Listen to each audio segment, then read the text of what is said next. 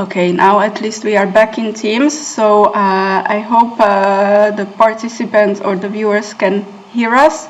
I would first now give the floor quickly to the speakers. If you could just say a short hello, and then we would go straight to Jakub's presentation, as I see that we are with these technical issues, we are taking a bit more time than previously foreseen. So please, I will ask each of you the way I see you on my monitor. So please, first Jakub, then we go to Elena, then Giovanna, and Anna Margarida. Thank you, Eva. Good morning, everybody. My name is Jakub Kostolny. I work in ELA as a data officer within the EURES unit, and I actually deal with the shortages report or the labor market information on the website.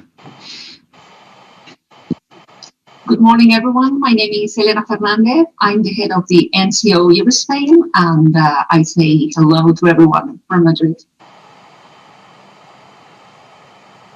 And good morning, everyone. My name is Giovanna Mangano, and I work as Bilateral Cooperation Manager and Labor Market Analysis for the National Coordination Office in Italy.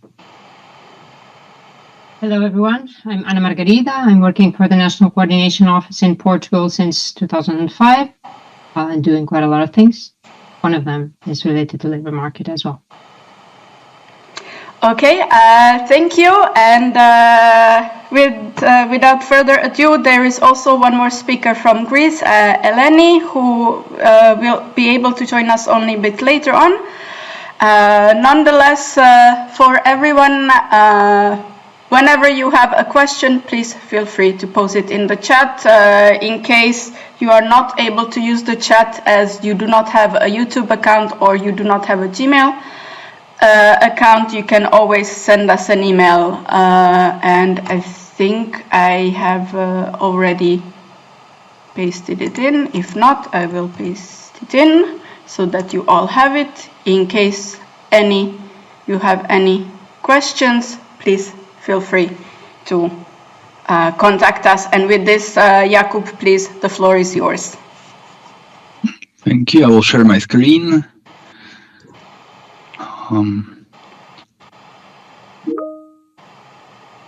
Okay.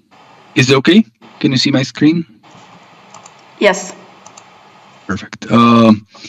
Yeah, so my presentation, as Eva already mentioned, it will deal with the kind of the indicators or some economical characteristics of the labor market in Greece, Italy, Portugal, and Spain.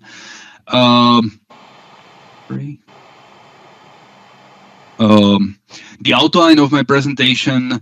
So I will first talk about some main general characteristics. I will discuss an overview of the wages in these countries. Then I will talk about the vacancies, the shortages in these countries, and I will introduce a dashboard which helps match the shortages and surpluses across EU. And I will outline some main trends in these countries on the labor markets. Also, just to say, this is an overview presentation, so my main goal is to give you kind of a comparative overview, but then of course my colleagues will provide you with the details, the reason for why things are in a way in their labor markets, and they will discuss more detailed characteristics. So first of all, the main indicators or the main data about these countries. In terms of population, these countries represent almost a third of the EU population, while Greece has roughly 10 million inhabitants, Portugal 10.5, Spain more than 48 million, and then Italy almost 60 million inhabitants. On the right-hand side, we can see a screen showing the economically active population, which is defined as 15 to 64 years old, and it shows the proportion by country of birth, meaning that, as we can see, most of these countries, or I mean, sorry, I forgot Italy actually, but these countries, their populations are comprised of nationals, So it would be, the nationals of Greece. And then there is less than 10% of third country nationals, for instance, in Greece. But in Spain, this would be almost 20%. At the same time, there is a small proportion of citizens from other EU 27 member states, which, these are relatively low. On the right-hand side, we can also see the EU 27 average. It's in Portugal, the proportion seems relatively very similar to the EU average, while Greece has a lower proportion of foreign nationals, and Spain has more third country nationals than on the average. On to the next slide, the gross domestic product per capita. This is a measure of the economy in each of these countries, and it's represented as an index of where the EU 27 is the 100%. In comparison, the euro area, which all of these countries have a euro, it's a little bit stronger, so it's on average 104%. But while looking at these four countries, all of them are below the EU 27 average, while Italy is in this measure is almost it's at 98%. Spain has 91% of the EU average, and Portugal is 81%, and Greece would be only at 69% of the EU average in 2023. Then I just wanted to introduce very briefly the main economic activities in terms of share of employees. So how many employees work in each of the very general economic sectors. In the graph on the left, we can see that basically wholesale and retail trade and manufacturing would be the two main dominant sectors in all of these countries. So for instance, Greece, 25% of employees work in wholesale and retail. In Italy, manufacturing is 22%, wholesale is 19% of employees. Portugal, the main one is wholesale retail, 19%, manufacturing 17%. Spain has wholesale and retail at 21%, etc. But what I also wanted to mention, and it's an interesting fact, that accommodation and food service activities is very dominant in these countries in terms of number of employees. So a lot of people, as we know, work in tourism in these countries. In Greece, it comprises 21% of employees. In Italy, it's around 9%, Portugal around 10%, and in Spain, it's 11%. On top of that, I wanted to highlight that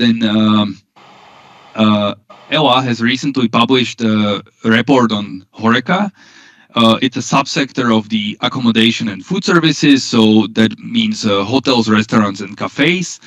And there is a snippet from one of the campaigns and from the report. I would also just like to highlight that the Greek economy, 9.1% of employment is in the HoReCa sector. It's also very prominent in Italy, Spain, and Portugal at between 6 and 8%. And the report is available in the source there.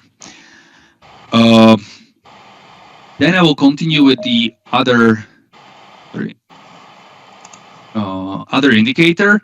So just as an outline for the labor market in general, I will talk about the employment. And in this chart, it's divided by sex and age. And there is always the EU average and compared to the other countries. So for instance, employment, we can see that the EU average female employment, that's the orange bars, is at 66% in the EU, but we see that Greece and Italy have, let's say, 13 percentage points lower employment of women, while in Portugal it's more than the EU average, and in Spain is also slightly below. In terms of male employment, this is roughly in line with the EU or slightly below the average. But what is interesting to highlight is the youth unemployment, meaning the group of 15 to 24. There, in the EU, 35% are employed, while in all of these countries, this is way below the average. For instance, Spain has only 24%, Portugal has 28%, but Greece has 18%, and Italy has 20% of youth employed. Then conversely, the unemployment rate. Here I have again 3 measures of unemployment, which basically tell us about how the labor market is performing to some extent. So first of all, the general unemployment in the active population. The graph is a bit full or stacked, but also I wanted to highlight, so the EU27 and the Euro area, that's the dark blue and the orange line, so they would be at the bottom. So this basically signifies that the EU average is unemployment is lower than in all of these countries combined, basically, except for Portugal maybe. But we see that Italy has a higher unemployment, Spain and also Greece have a much higher unemployment rate than the EU average. But what I also wanted to highlight is that this is a trend over time. There is the COVID-19 pandemic crisis, which happened between 2019 and 2021, but we see there is a decreasing trend in general in unemployment. However, the levels still remain above the EU average. The second figure, again, youth unemployment, again highlighting the fact that basically across the board in these countries, youth unemployment is much higher than in the EU, and it's one of the challenges of these labor markets. Greece, for instance, had over 40% youth unemployment in 2018. There has been some success in decreasing this, so it's around 25-27% level in 2023, but still it has a decreasing trend, but is very high still. And the last one is the long-term unemployment. So this one basically also a decreasing trend, but above the EU average. I will jump to the next slide, and that is the wages, to continue with the presentation. So this is again just to provide an overview of where these countries stand in comparison to the EU. We see that in this graph on the left, I'm showing 3 figures. So one is the gross monthly wage, then the orange one is the net wages, it's a calculated value, but it can be used as a reference. And then the gray one is the statutory minimum wage. So in the EU, the average gross earnings are at 3.4 thousand euros. We can see that in Italy it's 2.7, so it's below, and in Spain it's 2.5 thousand. Maybe interesting to highlight, once looking at the net figures, that despite the fact that Italy has a much higher gross wage, the net calculation for again a single household, etc., it would be relatively similar. And this is also the case in Portugal and Greece. They have roughly same, or Portugal has higher gross wage, but interestingly, the net wage is lower than in Greece. So there are higher taxes and social contributions of the employers and employees. And lastly, in this figure, I wanted to highlight the statutory minimum wage. So that is the lowest barrier under which the employee cannot be paid. It exists in 3 of the countries, and these are the levels.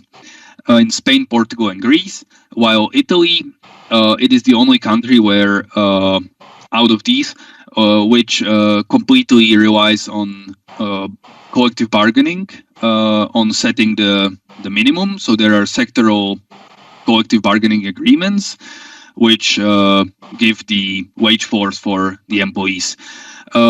Also, I just wanted to quickly highlight that the bargaining coverage in Italy is almost full, basically due to sectoral agreements and extension mechanisms. Almost all employees are covered by agreements. In Spain, there is 80% covered, Portugal 77%, and conversely, in Greece, it's only 14% covered by collective agreements. To be mindful of the time, I will jump to vacancies. So first of all, I wanted to show you a figure on the job vacancy rate, which you'll be probably aware of. It basically talks about the unmet labor demand. It's calculated from the job vacancies and the divided by the job vacancies and the occupied posts. What we can see across the board in these countries is that, and also in the EU, that the job vacancy rate is increasing, which basically signifies that there is jobs are available. It can mean several things. So it can be either a sign of high demand for jobs or a low supply of workers. But it also can mean that there are jobs in these countries and they are available, but they remain unfilled. So recently we have seen an increase in the job vacancy rate. And jumping from there to the example of shortages, shortage occupations in these countries. ELA does a annual report on shortages and surpluses in the EU. We have recently collected the new data for 2024, and here is just an overview of some occupations which, at a very general ISCO2 level, which are in shortage in these countries.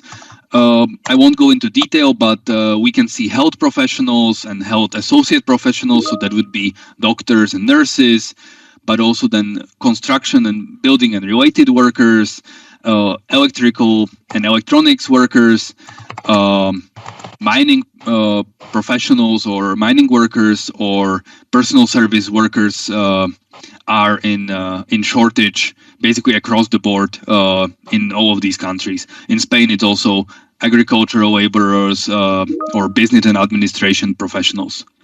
Also drivers and mobile plant operators.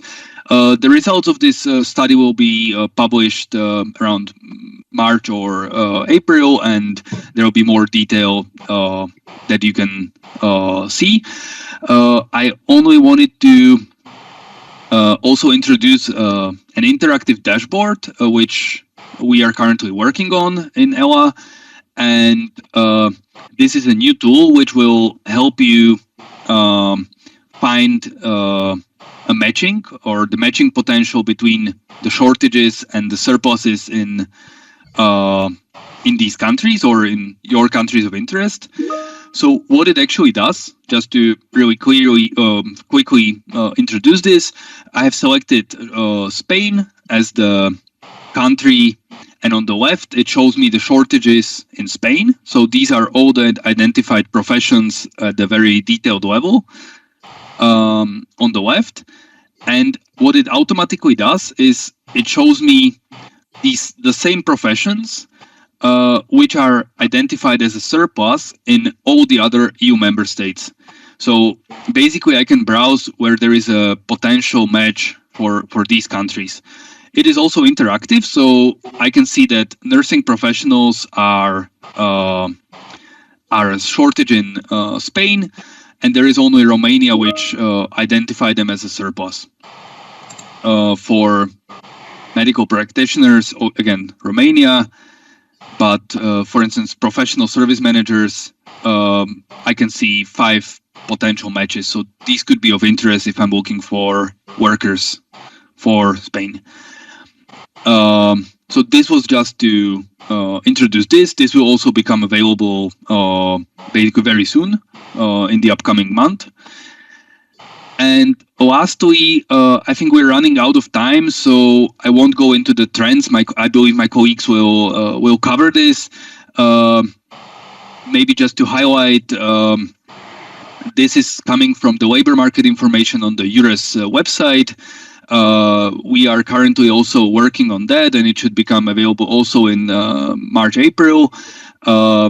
These are topics which were identified by my colleagues as the challenges or some recurring trends in these countries. Maybe just to say, green skills and green transition were often mentioned as a challenge or a trend across these countries. Also, insufficient number of workers with the skills was mentioned as an obstacle. And also immigration and mismatch between skills from third countries was often mentioned as a labor trend. On top of that, maybe interesting, in Greece there are several apprenticeships and green trainings which should attract new job seekers to the market, and which should help them get a career. And with that, I would like to thank you for attention.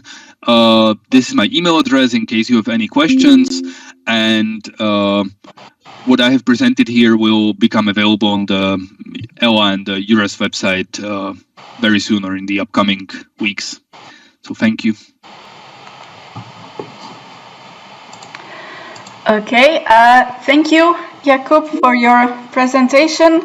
I see that, yes, we are indeed a bit pressed for time. So, and I also do not see any specific questions in the chat for you at this moment. So I would suggest that we go into the next presentation. And since all the presentations that are going to be shown today will be shared with all the training coordinators, maybe then afterwards you will receive some additional questions. I see that the participants in the chat are saying that they found the presentation quite useful, but I think they will look into it fully once they actually have it and can focus on every aspect.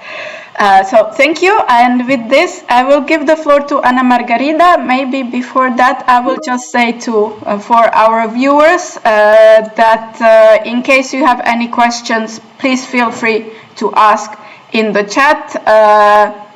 How now we will have the presentations that each country will present for about 10-15 minutes, and then we will have a few minutes to answer also questions from your side. So please, I'm sure the speakers are looking forward to also receiving questions directly from our audience. So with this, Margarida, please, the floor is yours. Hello, I'm trying to find my little presentation, which is playing me a little trick. Okay.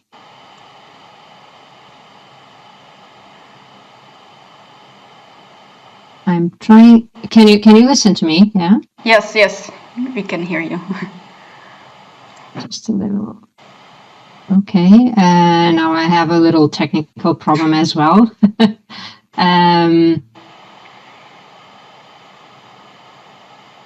Just hoping for your patience. Yes, it's here. Okay, here it goes.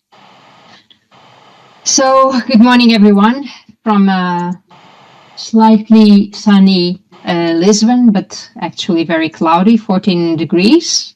I will try to be brief. So I'm asked to share with you some of the main trends, of the main insights on the Portuguese labor market at the moment. Well, you know, Portugal is not such a big country. We've seen with the data that Jakub has shared that, well, even though we're not one of the smallest countries within the EU, we are maybe a middle-sized country with 10 million inhabitants. But we're still a small economy. So, of course, a small and open economy. So we are very exposed to what is the international framework, of course. So even though our Portuguese labor market has shown several signs of resilience, even after the pandemic, of course, we are very much, there is quite a lot of uncertainty at the moment, quite a lot of turbulence. And it's difficult as well for us to forecast long-term trends because we don't know exactly what will happen in the months to come with the effect of wars, migration crisis, the housing and cost of living crisis, which are EU-wide as well. So we will have to see what will happen with our economy. But just showing you a few indicators, and apologies for a few more statistics, but just to provide you with a framework. So actually, regarding the growth, the economic growth in Portugal in the past few years, of course, we have been very much affected during the pandemic, as most countries, but even more so because since our economy relied quite a lot in the tourism cluster, just like my colleagues from other countries, of course, we were very much impacted by the fact that all of us kept closed at home. But then after 2021, we started recovering, and our real GDP growth rate has kept higher than the EU average for the past few years. And also for this year, we estimate that it will still be above the EU average at around 1.7, 1.8%. As you probably know, Portugal is having an economy which is very much characterized by an entrepreneurial structure based in micro and small companies. So nearly 100% of the companies are micro and SMEs. Actually, more than 80%, and this depends on the indicators, it could go up. More than 80% of the indicators of the companies that we have in Portugal have less than 10 collaborators, so less than 10 workers. But still, these micro, small and medium companies represent nearly 70% of the employment existing in Portugal. So when you think of coming to Portugal, you have to think that micro and SMEs are a possibility, even though, of course, the large companies, which are around 1,200 in the whole country, so companies with more than 250 workers, are also one of the companies which are readiest to recruit from abroad, probably. We are also an economy which is very much depending on services, as we have seen, and the tourism cluster is heavy in the sector. We've seen the numbers shared by Jakub, but I would say the numbers with the whole tourism cluster, so going beyond hospitality and catering, is a little bit higher, both in employment and in economy. And we're having a 6.7 unemployment rate last November, so this very conjunctural information, and it has been around 6.5 throughout the year of 2024. I would just like to highlight some of the sectors which are really growing in our economy, creating jobs, and of course, willing to recruit from abroad. And as you can see, most of them, or many of them, are requiring highly qualified professionals as well. So, and why is this so? Why are these sectors representative in Portugal? Also because we have become in the last decade, maybe we have transformed ourselves from a traditionally outgoing country to an incoming country. Unfortunately, most of the workers that we are recruiting are not coming from the EU. But actually what happened was as well that many companies and worldwide companies, so multinationals, have decided to invest in Portugal because they realized we had a high quality talent in Portugal, also due to their experience recruiting from Portugal in engineering. Our Portuguese universities have an increasing international profile as well. We have a very high level of proficiency in the English language, and we also have a wide range of other language capabilities. We have invested quite a lot in technology as well in the last few years. So to start it with the digital sector, Portugal is recognized as one of the emerging technology and innovation hubs in Portugal. We have been quite dynamic here. Of course, you probably know that since 2016, we're also hosting the Web Summit, and it will be there at least up until 2028. And this, of course, confers a lot of visibility to what is being done in Portugal in this sector regarding the investment in technology, entrepreneurship within these areas, and so on. We also have a very dynamic startup ecosystem. Over 160 incubators and accelerators and several programs supporting entrepreneurship. And this is also why, in the meantime, while we have over 2,600 startups in Portugal, and out of these, at the moment, we already have more, but we now have 6 unicorns in these technological areas in Portugal. Then, of course, we're also very strong in shared and global business services for the reasons that we mentioned. And this is one of the areas where we can recruit more internationally, also due to because we are looking for very specific language skills most of the time. Also, of course, tourism and hospitality. And regarding this sector, of course, this has been one of the major drivers in the Portuguese economic recovery in the past few years, which has pros and cons, of course. But we believe it will maintain its relevance in the years to come, because we have also diversified the type of tourism that we are focusing on. And we also diversify the origins of the tourists that come to us every year. And also during the pandemic, we also have become more popular to digital nomads, remote workers, and eco-tourists. So this sector is there to stay. We are also quite dynamic in renewable energies.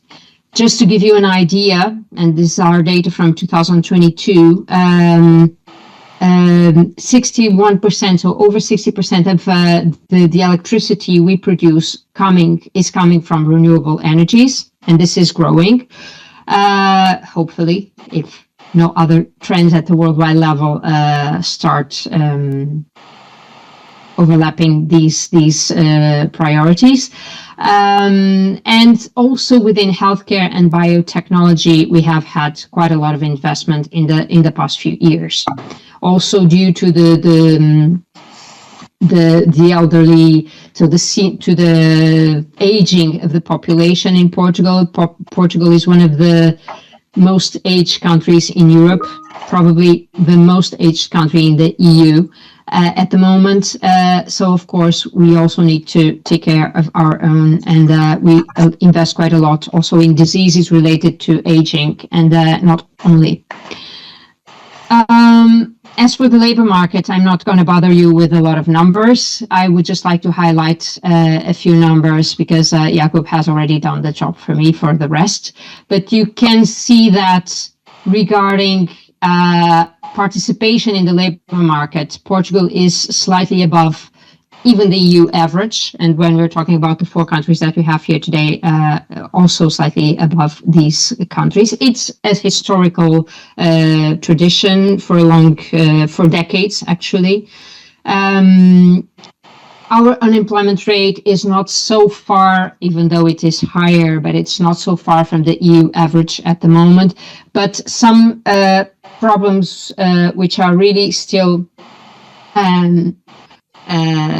affecting our labor market are youth unemployment, with over 1/5 of our young people still in unemployment. But having said this, it's true, but then we are having, and don't ask me how, of course we have several measures supporting our unemployed, young unemployed job seekers, but don't ask me how, but we're also having, maybe it seems a contradiction, but maybe it's not, a lower percentage of young neets than than the average within the EU.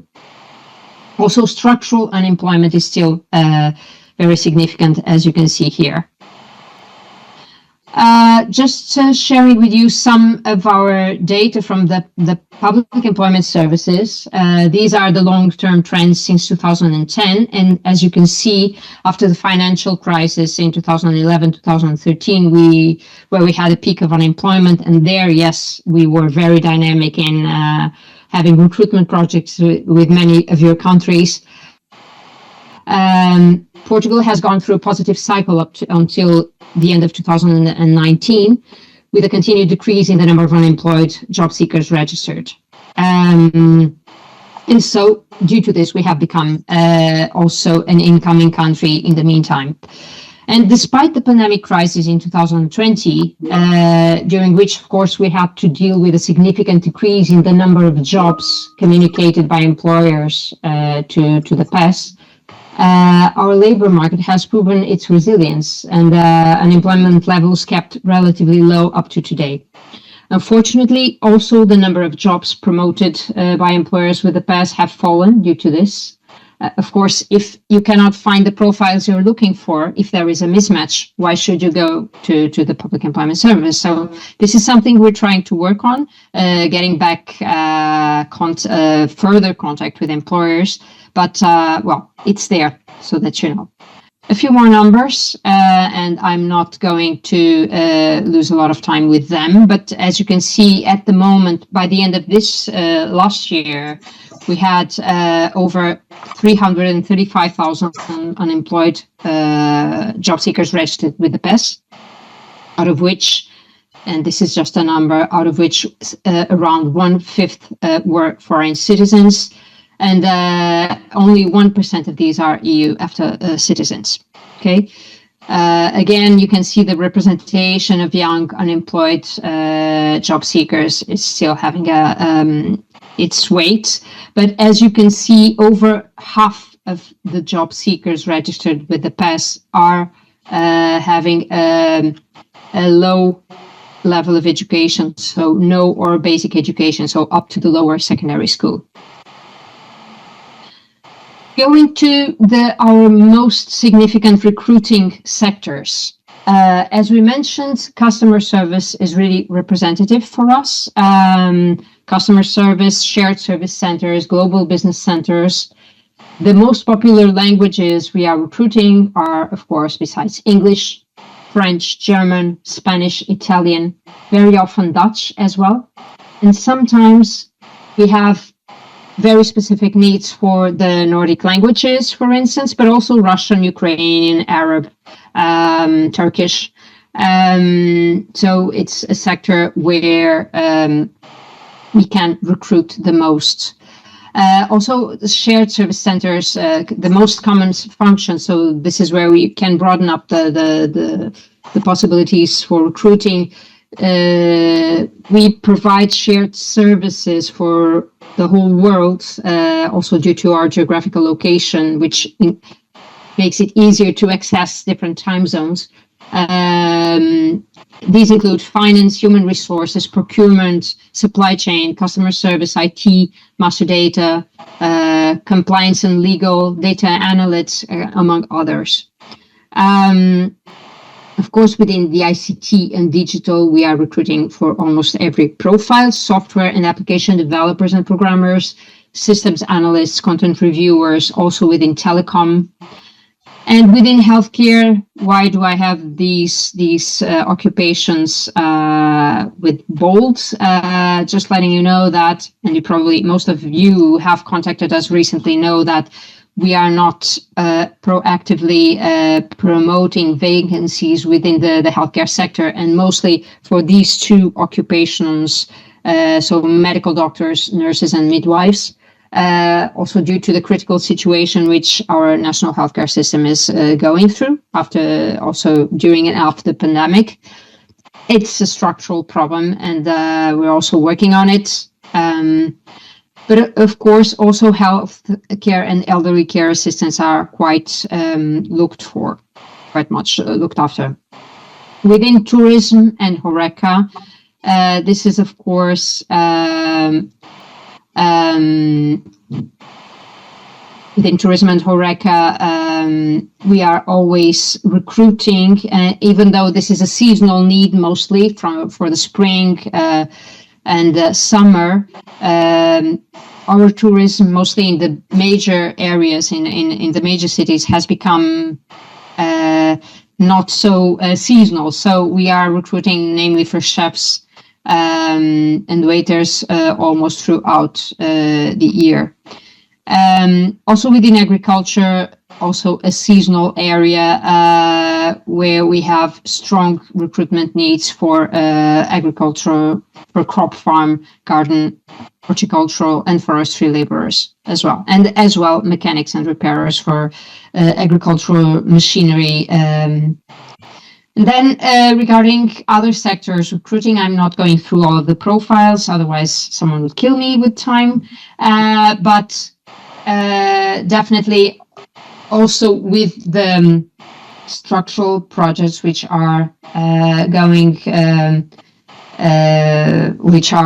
moving forward at the moment, which are heavily reliant on construction, and also to the fact that we have to invest not only in infrastructures but also in the increase in the growth of housing offer in the housing market. Construction is really heavily recruiting. I don't know whether we have the capacity to recruit within Europe, maybe for some people, for some profiles as well, but it's really recruiting quite a lot as well. Also within manufacturing, even though we have started to watch a few collective dismissals in the past few years and the number is increasing, we are still looking for several profiles. Transport and logistics, as Jakub had already mentioned, we are really looking forward to recruit bus drivers, heavy truck and lorry drivers, mechanics and repairers, even though this is more in another sector, but it's related to transports as well, and lifting truck operators. And we are also, commercial sales representatives is one of the profiles that I think we always have options. We also have vacancies because also due to internationalization of our economy, we need people to represent us in different countries and so on. Where we face some unemployment, probably in the sectors where most of the countries also have some unemployment, which is mostly what we used to say, it's the paper and the pencil courses, mostly. So within sales, marketing and management, we still have some unemployment, administrative profiles, of course. Within tourism and HoReCa, mostly in the winter season, fall and winter season, and also human sciences, but we mean some unemployment. It's not a huge problem at the moment. And of course, those less qualified occupations also related to digital platforms regarding package deliverers and so on. You can find more information on our shortages and surpluses by going through this QR code. We have an Excel file there with all of our shortages and occupation and the surpluses. But of course, the dashboard Jakub was mentioning is probably even working better than this. Having said all of this, and yes, we are facing quite a lot of recruitment needs, but still, there are quite a lot of professionals in Portugal who are willing to move. And this is also due to what you can see regarding the wage levels and working conditions provided by Portuguese employers, even though these are improving quite a lot in the last few years, mostly in nominal terms, but it's still below well below the EU average.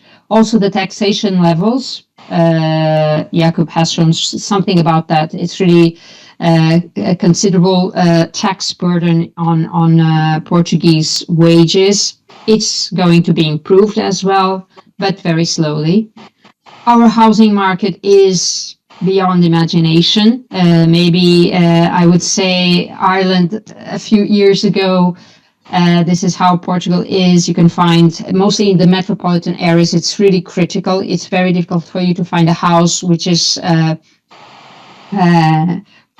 costing rental market below 800, 900 euros per month.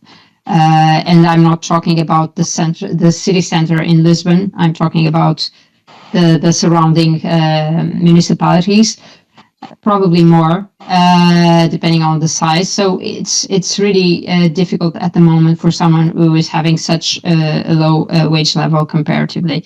And also the cost of living has increased quite a lot. The healthcare system has been deteriorating, and labor market is slowing down. So we will probably see more people interested to move beyond. And all of these factors that you can see here. And of course, we have had this natural trend to a natural drive to move as Portuguese. Actually, we have more population outside of Portugal than in Portugal around the world. So this is in our blood, let's say. I won't go through this because you will have this information, just for you to have an idea on the average differences between monthly earnings in the different sectors. And of course, you could expect that financial activities are the sector paying better, and hotels and restaurants are the one not paying that well. And please don't forget that in Portugal, wages are usually paid on in 40 months basis. So you should, of course, adapt the numbers to the scale of 12 to those countries where you have this standard. So just having this information. I would just leave you with all of our contacts here with the link tree. Here you will find information on living and working and labor market info. This is also a link you can provide to all of your job seekers who may be interested to work in Portugal. Here we also provide a list of useful links, our website, our social media. We have personalized online advice people can register to. And also, we usually provide here links to videos and the recording of our latest Work in Portugal edition on EURES. And I would like to thank you all. Sorry if I was a bit longer than I was supposed to, but I will leave you with my contacts. And if you need anything, of course, feel free to reach me out. Okay. Thank you, Ana Margarida. For now, I think our viewers are still processing all the information that you have shared, as there are no specific questions in the live stream chat. Maybe I would have one, but very quick one, and that is what would you advise to your colleagues who are watching you? What is the best way to advise job seekers in looking for a job in Portugal? If they would like to move to your country, what is the best way for them to find a job? Yeah, well, of course, to start with, you have several links on this link tree, as you can see that with the several websites where you can look for jobs. Actually, we have not been as active, but we intend to increase our promotion of jobs in Portugal as well in the months and years to come.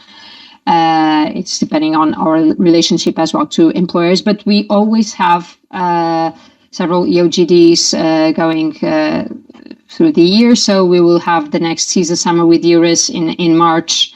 and where we will participate as a country, mostly dedicated to the tourism sector and to the summer. And we also have a Work in Portugal event, usually in the fall.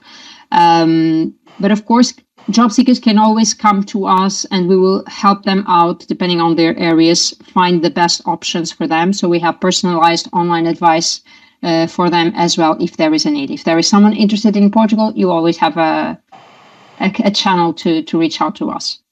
Okay, thank you so much. Okay, thank you. Thank you very much for your presentation. Of course, in case there are any further follow-up questions, I will forward them on to you so that also our viewers can get an answer. And with this, I would ask Elena to perhaps start her presentation as well. I think, Ana Margarida, you are still sharing your screen.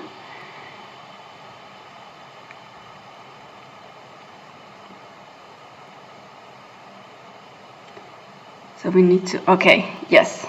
Good morning, Elena. So the floor is yours now. Thank you, Eva. Good morning, everyone. Thank you for inviting me to this webinar and for the opportunity to present today. So as you know, in this presentation, I'll be discussing the labor market in Spain, and specifically, I will try to cover its general features, the current job and skill demands, and as well as areas where there are surpluses of skills and labor, because this analysis is crucial as Spain's labor market continues to evolve, shaped by economic recovery, technological advancements, and demographic shifts. And finally, I will share with you the EURES contact details in Spain. So first of all, as for the general features, to begin with, just a few facts about our country. As Jakub mentioned before, Spain is the 5th most populated country in the European Union, with nearly 49 million inhabitants. As for the political system, Spain is a parliamentary monarchy with 17 autonomous regions and 2 autonomous cities, Ceuta and Melilla. The Spanish labor market in 2024 is showing a marked improvement after the economic disruptions caused by the COVID-19 pandemics. The unemployment rate in Spain has fallen significantly from its peak in 2013, when it reached as high as nearly 27%. This was largely due to construction and services jobs being lost in the aftermath of the recession that hit many countries in 2008. As of 2024, it hovers just below 12%, which means a marked improvement from the crisis years, though it's still higher than the EU average, as it has been mentioned before. Now, one of the most pressing issues in Spain is youth unemployment, which remains significantly higher than the national average. However, various governmental programs, such as subsidies for hiring young people, have started to show positive results. As Spain continues to recover from the pandemic, sectors like hospitality, tourism, and retail have seen a rebound in hiring, and there is a significant shift towards digitalization and hybrid work models across many sectors. As for the labor market structure, I would say that the Spanish workforce is heavily impacted by temporary contracts, with a high proportion of workers in temporary positions, though recent labor reforms aim to address this issue. There has been a push to move towards permanent and stable contracts in an attempt to reduce that job insecurity, especially for younger workers. In this slide, you can see the working conditions with the working age, working time, holidays, and so on. I'm not going very deep into it because I'm trying to not to go further than 10-15 minutes. As for the salaries, you can also see here the legal minimum wage and the average salary. I'm not going into it either. And let's move on to the key aspects and trends shaping the labor market in Spain. I will mention these 5 that you can see here on the slide. First of all, the constraints on the labor market dynamics in Spain are showing some positive facts, such as, for example, moderation of inflation, international tourism or European funds, and some negative aspects, such as, for example, the public debt or the global economic activity instability, the geopolitical uncertainty, or the talent drain, particularly related to highly educated youth. As regards the driving forces for the economic activities with better outlooks, let me mention just some of them. For example, promoting energy transition, circular economy and sustainability, dynamism of international tourism, the increase in demand for personal services and care for people, as well as healthcare and pharmacy, digitalizing businesses and services, and also a gradual reactivation of Europe's economy.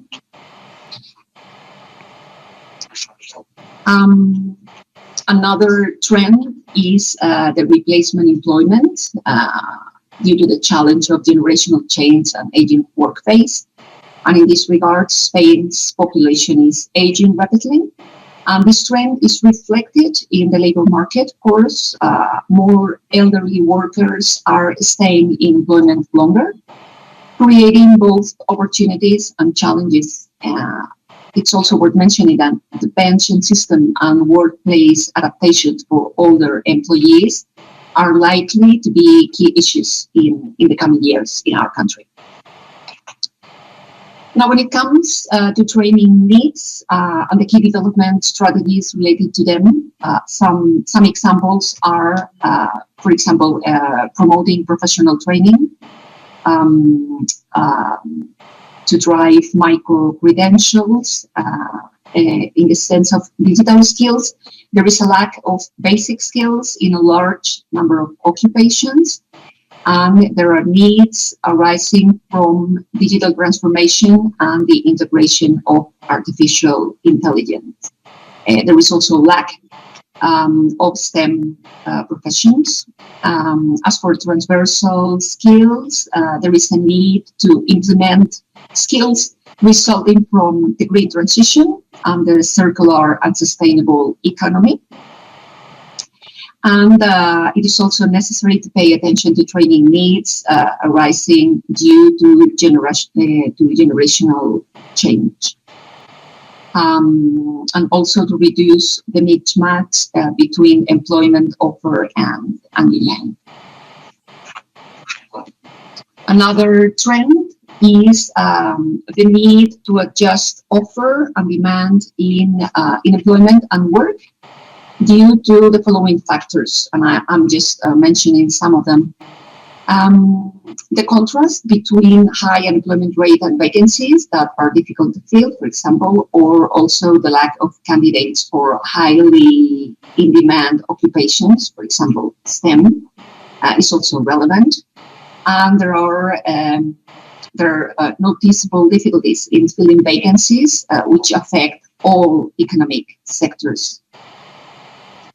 As for the main causes of poor vacancy coverage, we can mention some of them. For example, the lack of qualification in technical and or transversal skills.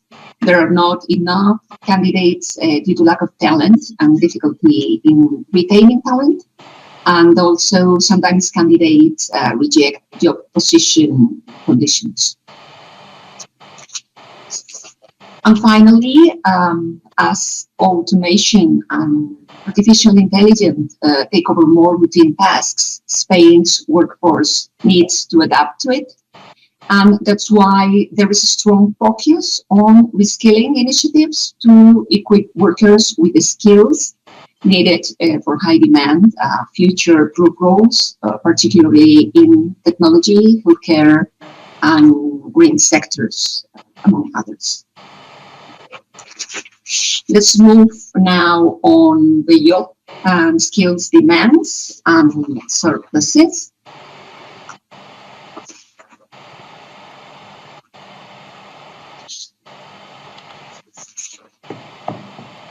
And just to mention some of them, the key sectors with strong demand are the ones that you can see on the slide. As for tourism and hospitality, Spain remains one of the most popular tourist destinations globally, with tourism generating a significant proportion of employment, particularly in jobs in hospitality, restaurants, transportation, and leisure services, which are experiencing a growth. As for technology and digitalization, the digital economy is one of the fastest growing sectors in Spain as well, with strong demand for software developers, data analysts, cybersecurity professionals, and artificial intelligence specialists, among others. We can also say that Spain has become a tech hub in southern Europe, with cities like Madrid and Barcelona attracting major international technological companies and startups. Moving on to green economy and sustainability, our country is heavily investing in renewable energy at the moment, with a strong emphasis on solar, wind, and hydropower sectors. And this trend is expected to continue.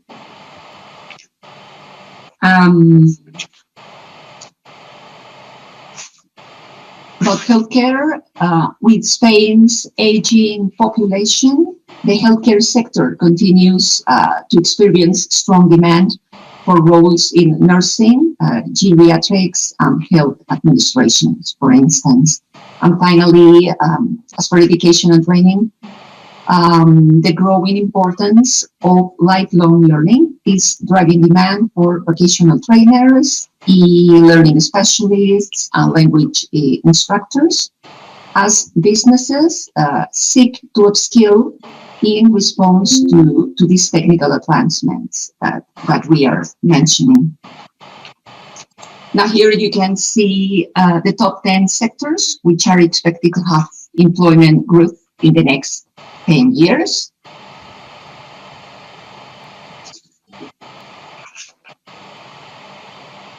And let me show you some examples of activities and occupations with shortages, such as healthcare activities, building construction, or programming, consulting, and other IT activities, or accommodation services, sale and repair of vehicles, and occupations such as cooks or lorry drivers, nurses, personal care workers. As you can see, everything is highly related to what we have been mentioning before, and also my colleagues have pointed out. And finally, I'd like to share with you the different ways in which you can contact EURES in Spain. First, our website of EURES Spain, where you can find a comprehensive list of EURES advisors working in each of the 17 PES. Second, you can follow us on all our social media channels. And finally, you can contact every Friday with our EURES advisors on the EURES chat from 11 to 1, and also via email. And that's all on my side. I hope I have stick to the allotted time. Thank you very much for your attention, and I'm happy to answer any questions that you may have. Thank you. Okay, thank you, Eleni, or Elena, apologies. Thank you very much for your presentation and for providing us an overview of the current situation in Spain. At the moment, I do not see any specific questions in the chat, but I would have one question for you, and that is if you could mention the most in-demand skills and skill gaps in Spain. Yeah, okay. I think that as for the skills that are more demanded, we could mention technical professional skills, for example, in design and process of production in the case of engineer, for example, or specialist in accountability, just to mention some examples. Or digital skills, of course, are one of the most relevant skills demanded at the moment. For example, for professionals with expertise in coding or data analytics or artificial intelligence. And also employers are looking very much for soft skills. In the case, they are looking basically for individuals with strong communication skills, adaptability, and leadership capabilities, especially in remote work settings, as the ones that we are facing at the moment. And finally, I would also like to mention language skills, which are also very, very relevant. Proficiency in English and some of the languages remains an asset, especially for those working in the international business and technology and tourism sectors as well. And moving on to the skills gaps, I would mention basically advanced technological skills.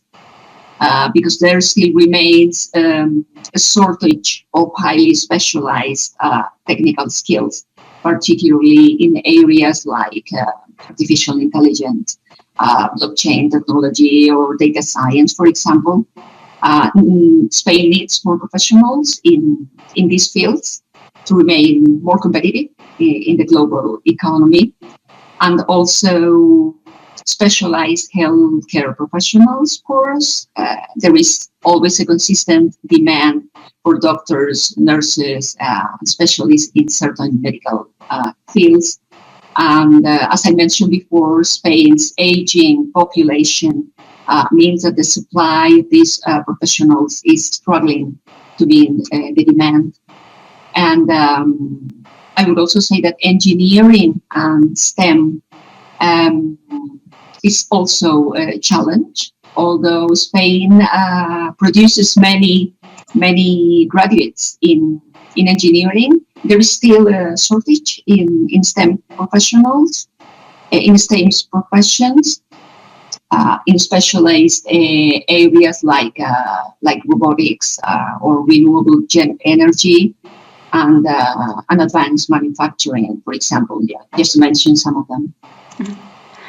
Okay, thank you very much. I'm sure this was very useful for your colleagues watching us online. And with this, I would move on to Giovanna and a presentation of Italy. Thank you, Eva. Yes, good morning. Again, I'm trying to share my screen.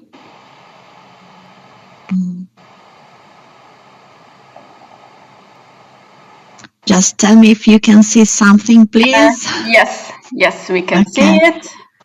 Okay, good morning, everyone. As said, I'm Giovanna Mangano from EURES Italy National Coordination Office. I'm going to, first of all, to give you a very short overview on our labor force condition. These are our unemployment rates. Those are very near to the European average, as you can see. So we have a total unemployment rate of about 6%. Unfortunately, a very high level of youth unemployment rate that is 2% more than the European average. So we have 70.7% of youth unemployment. Female unemployment, more or less a little bit more than 6%, and male unemployment, 5.4%. I just want to focus your attention anyway to our inactivity rate. As you can see, we have a total inactivity rate of 33%. It affects more females.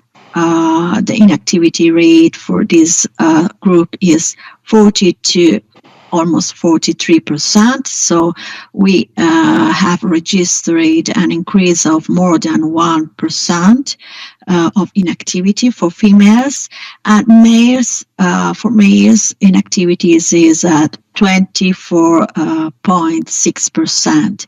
So though we are assisting to an increase of employment rates in the last year, we can see that the inactivity rate is increasing more and more too.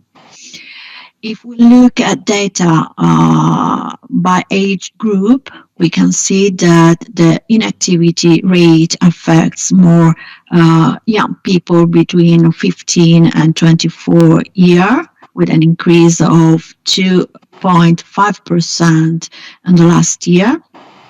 And the age group 25-34 year with 24% of inactivity rate.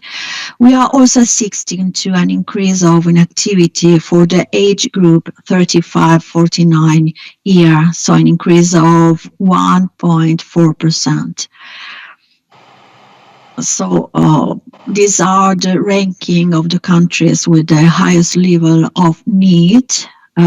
This data on this graphic refer to the OECD data between 2019 2022. So you can see that Italy is at the first position, and the situation doesn't change for Eurostat data for the period 2023, where Italy is the second country in Europe with the highest level of need after Romania.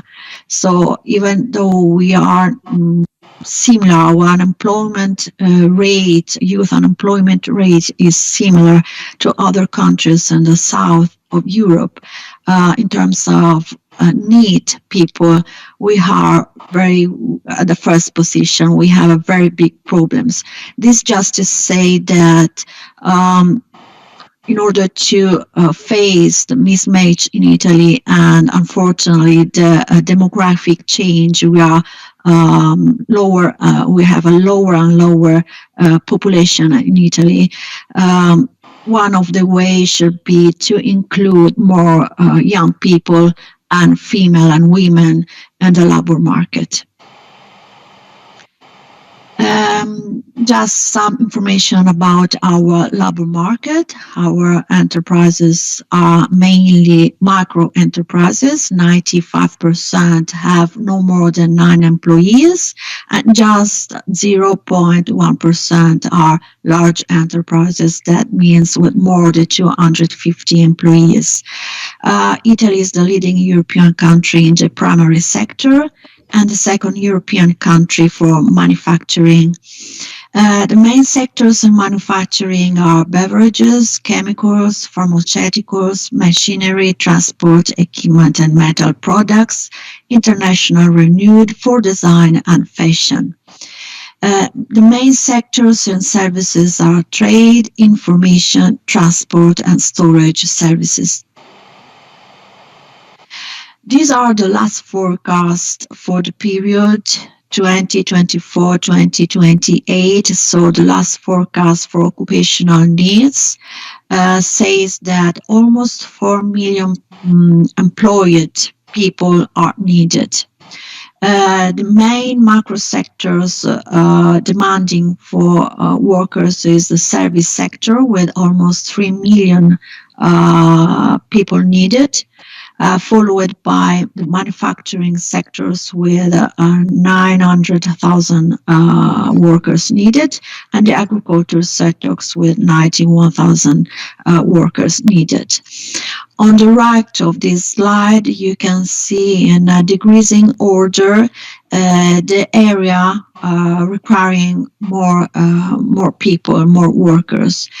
This is, of course, health, for more than 4% of workers needed, followed by the training and culture area, finance and consulting, construction and infrastructure, fashion, ICT, mechatronic and robotics, design and furnitures, agri-food, trade and tourism, mobility and logistics, and then other services, more than 4%, both in the public and the private sector, and other manufacturing sectors need 3.2% of people. If we refer to this quarter, so December 2024, February 2025, the last forecast say that our enterprises need more than 1 million of people. So we have an increase of 1.2% compared to the same quarter of the previous year.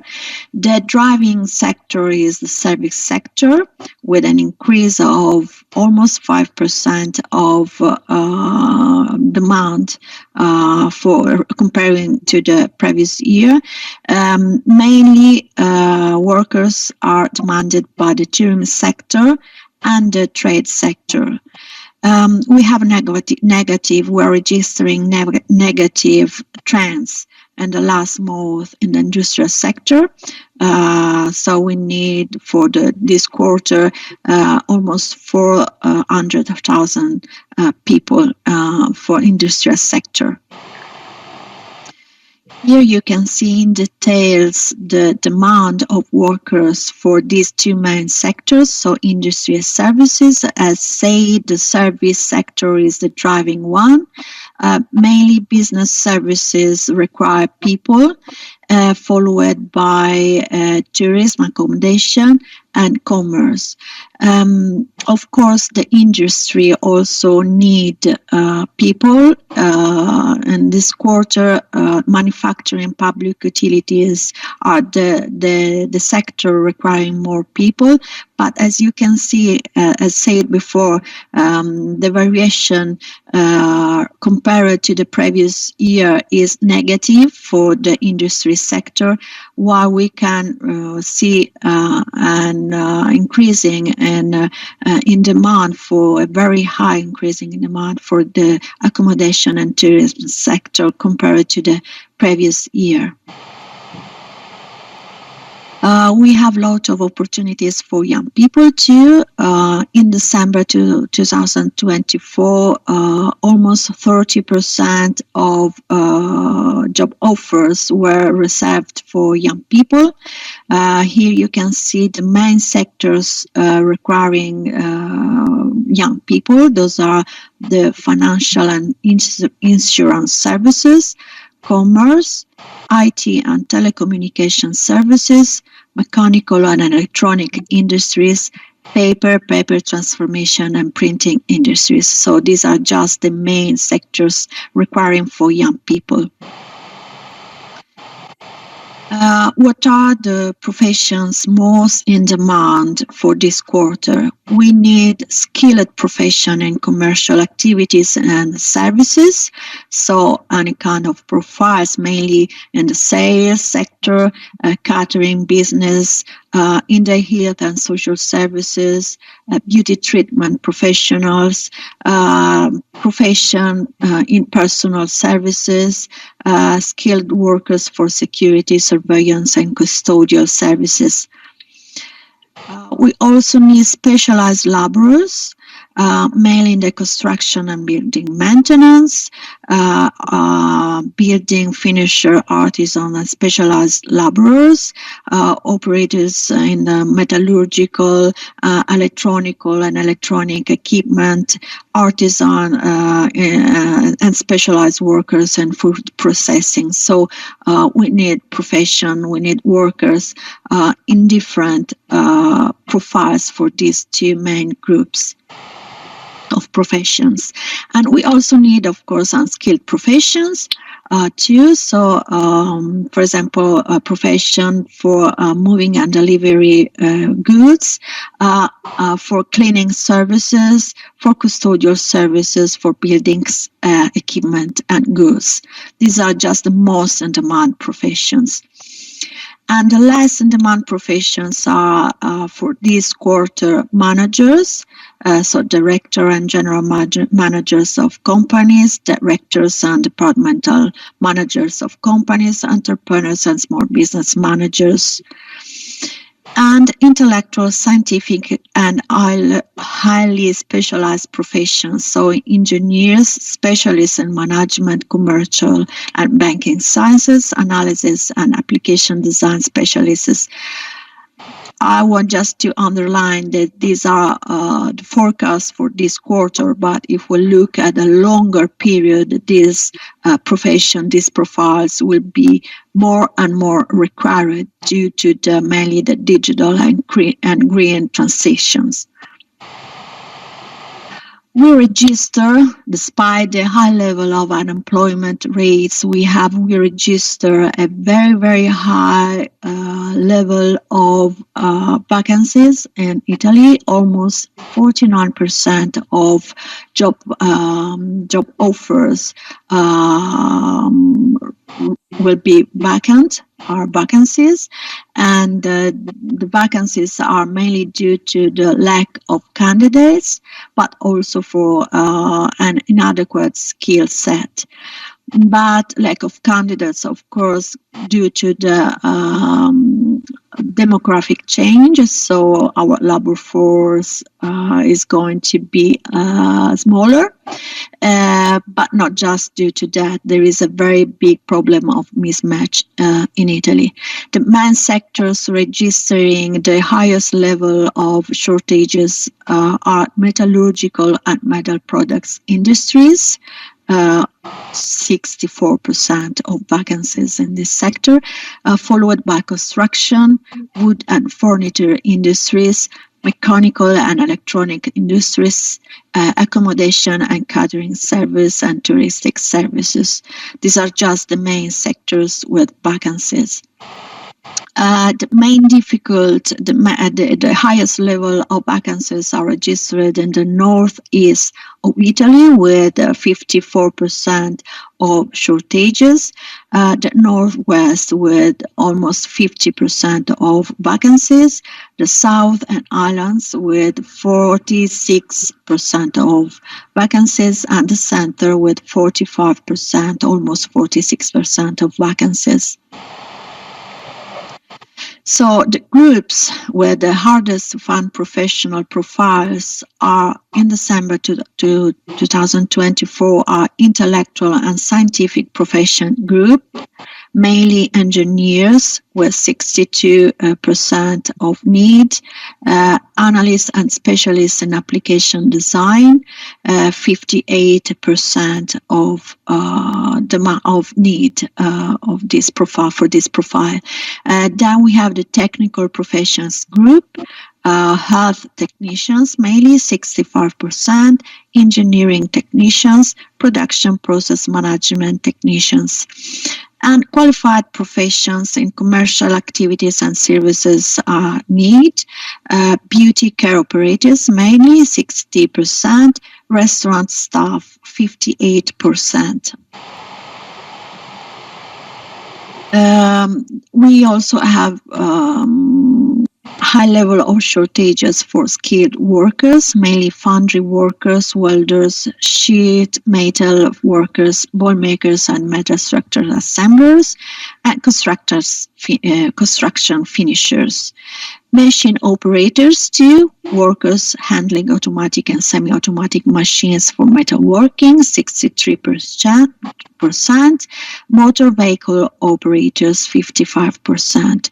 These are just some of the profiles. We need more, and which we register a high level of shortages, but you can find a lot of information, detailed information on different profiles, and updated almost monthly on this website, excelsior.unioncamera.net. There is an English version, so you can also see information in English.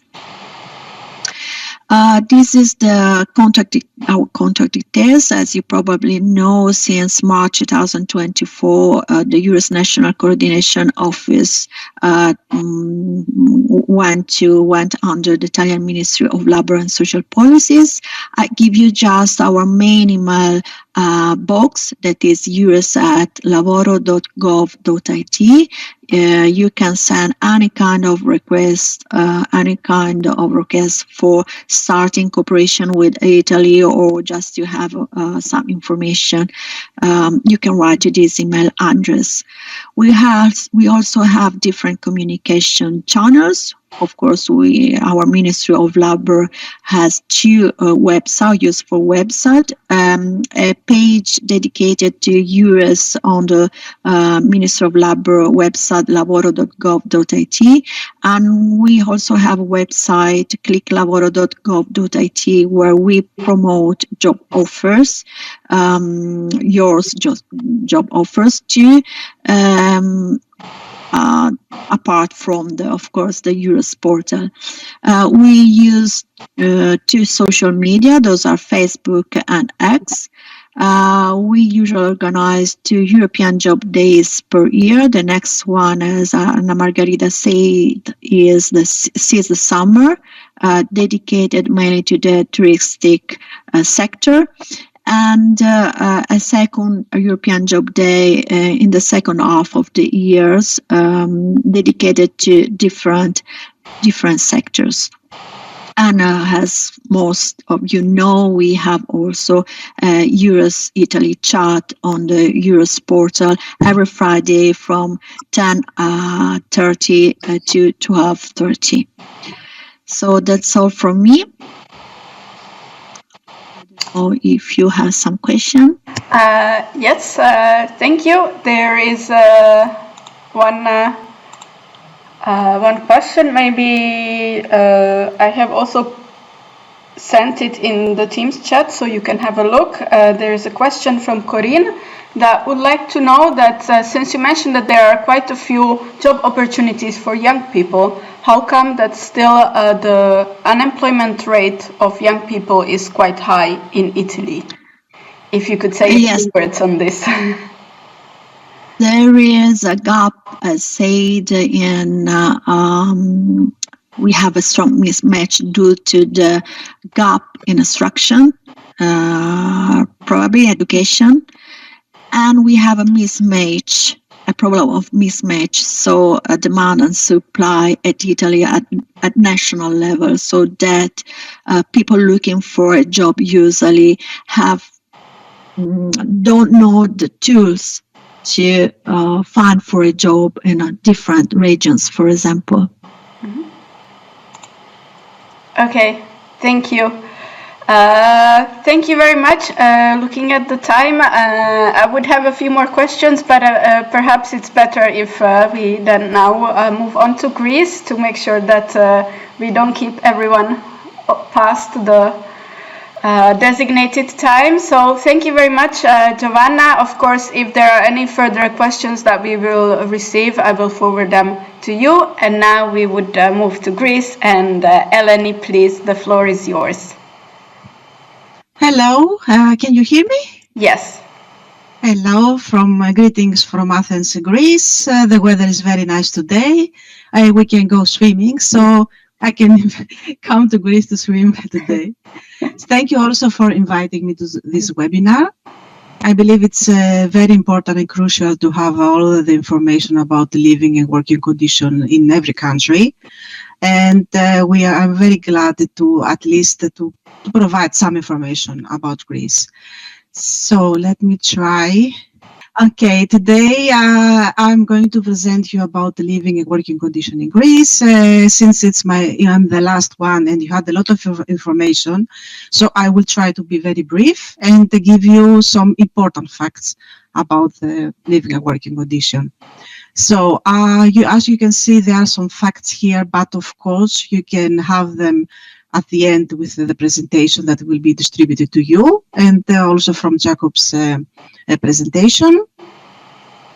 In Greece, we have 70 centralized administration, 30 regions, and of course 325 municipalities.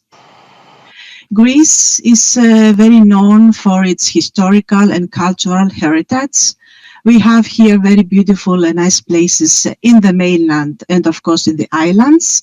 One fun fact is that in Greece there are almost 6,000 islands, from which only 227 are inhabited. Some employment figures. The unemployment rate at the moment is 9.6%, and the 35% of its population resides in Attica, and the rest is in Central Macedonia and of course all around Greece. What is very important that we have a high percentage of tertiary education here. The pillars of the Greek economy. We have two pillars, the maritime activities and shipping.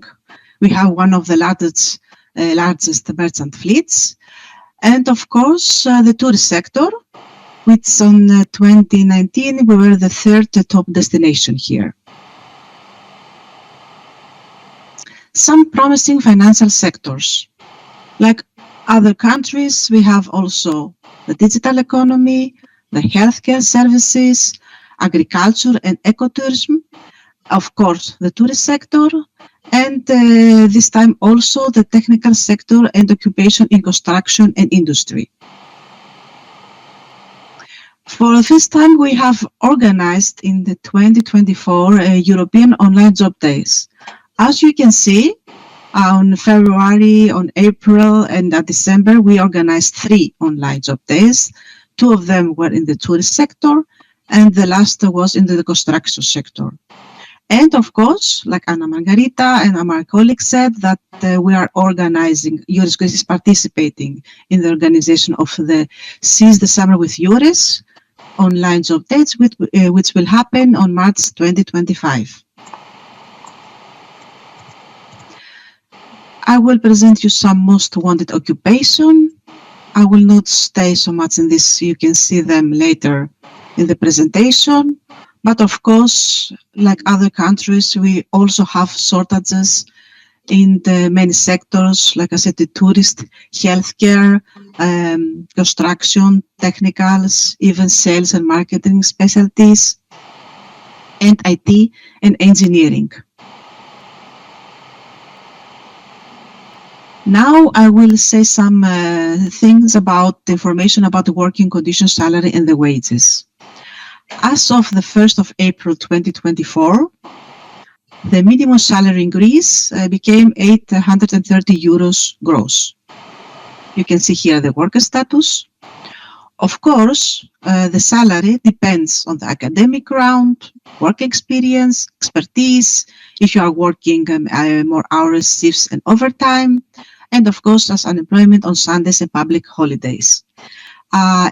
In some sectors, collective agreements apply still, but it's very important to negotiate with the employers and be very clear about the contract and what they demand from the employee. Living cost accommodation. You can see here the cost of 2-bedroom flats, houses and small rooms. Of course, the prices depend on the region, the age, the condition of an apartment, and the proximity to a public transport. In these prices, heating, electricity, water is not included. They are paid separately And each month, or it depends if you are in discussion, how you can pay every month the rent. Living cost, about the prices. After COVID, the cost of life has increased here in Greece. As you can see, a glass of wine became 6 euros. Water is still 50 cents, so it's quite low. 8-slice pizza is 8 euros, a cinema ticket 8 euros, a 90-minute bus metro ticket is 1 euros 20 in Athens. Now in Thessaloniki, a new metro has begun, so it's almost the same price. Before moving to Greece, it's important to have a checklist. I mean, I always advise my EURES advisors to inform the job seekers to be ready and have a checklist before they want to move to another country. So, for Greece, a valid passport or ID card is mandatory for living and working in Greece. Visa is not required. Of course, it's very important to issue always the European health insurance card. It's provided from the state under the same conditions and the same cost for the 27 EU countries plus Ireland, Liechtenstein, Norway, Switzerland, and of course the UK.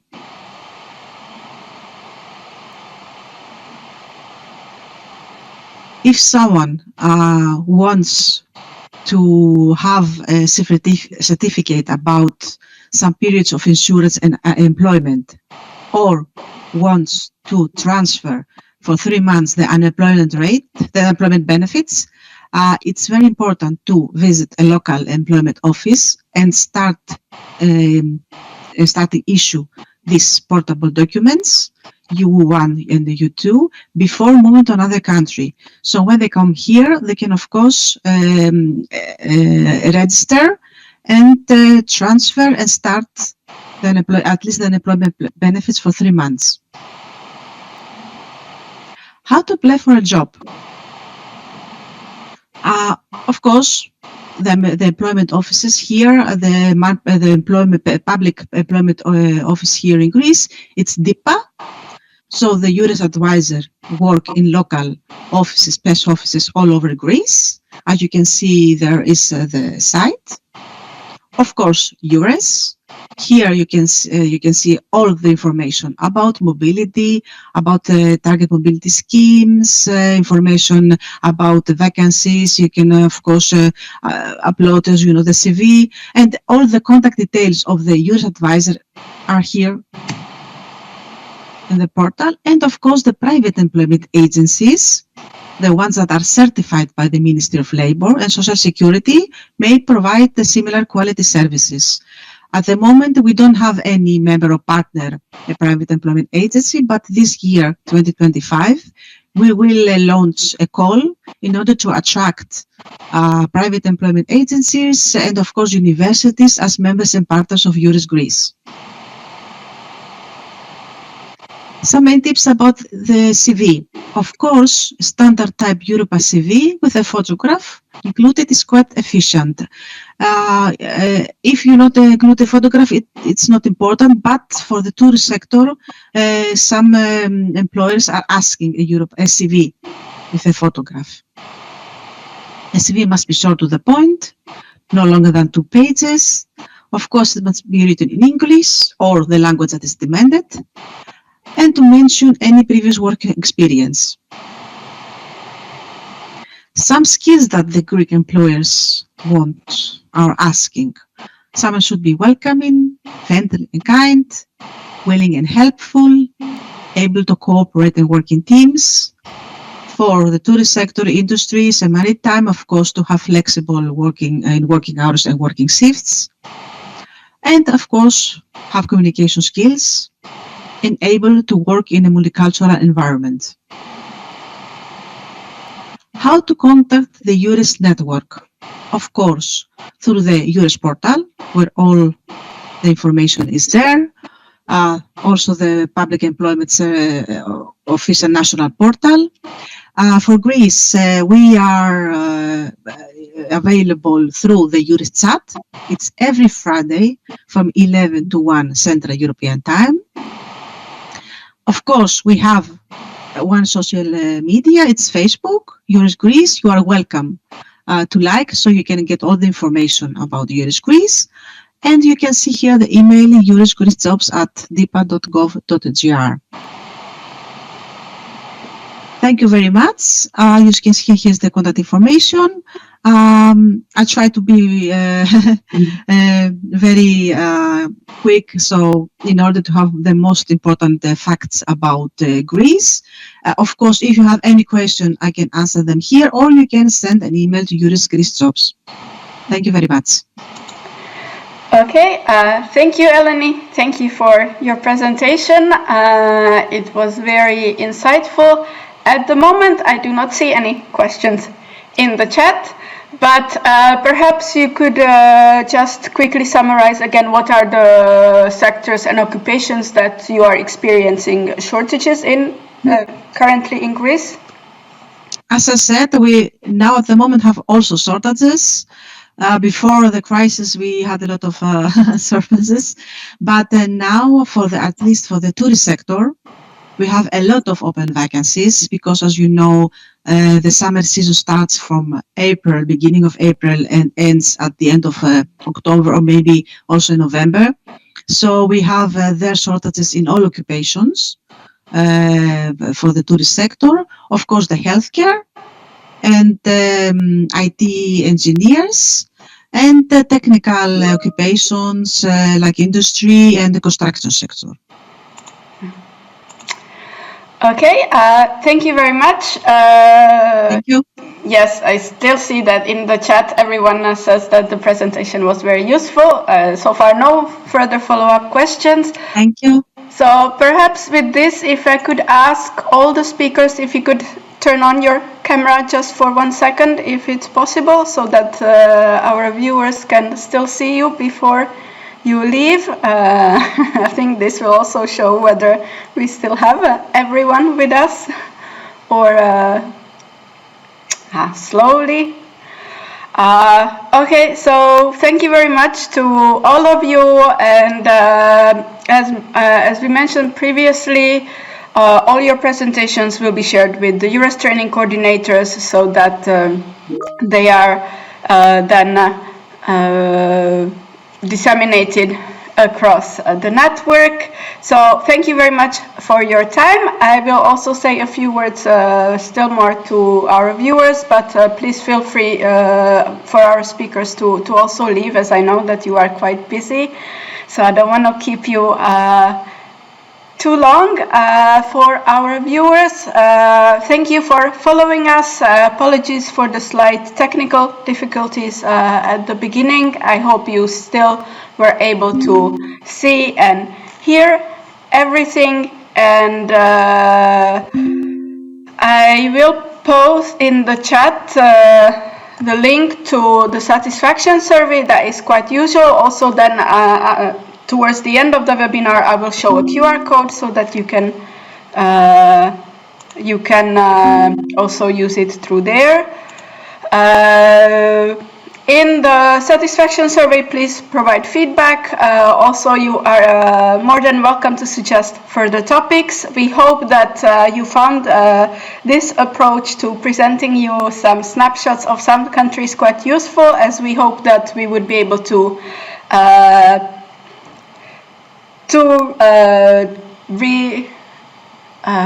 reuse this approach in future webinars focusing on other countries, as I think we already have received some requests from other countries to be in the spotlight. I would also like to thank again our 4 countries for being the initial volunteers. So thank you very much, and I hope you have a nice lunch break in some countries, and nice rest of Thursday, and we are slowly getting towards the weekend, and hopefully the weather will improve in some countries so that we are all on the level of Greece, or nearly on the level of Greece. So thank you very much, and I will see you in the next webinar.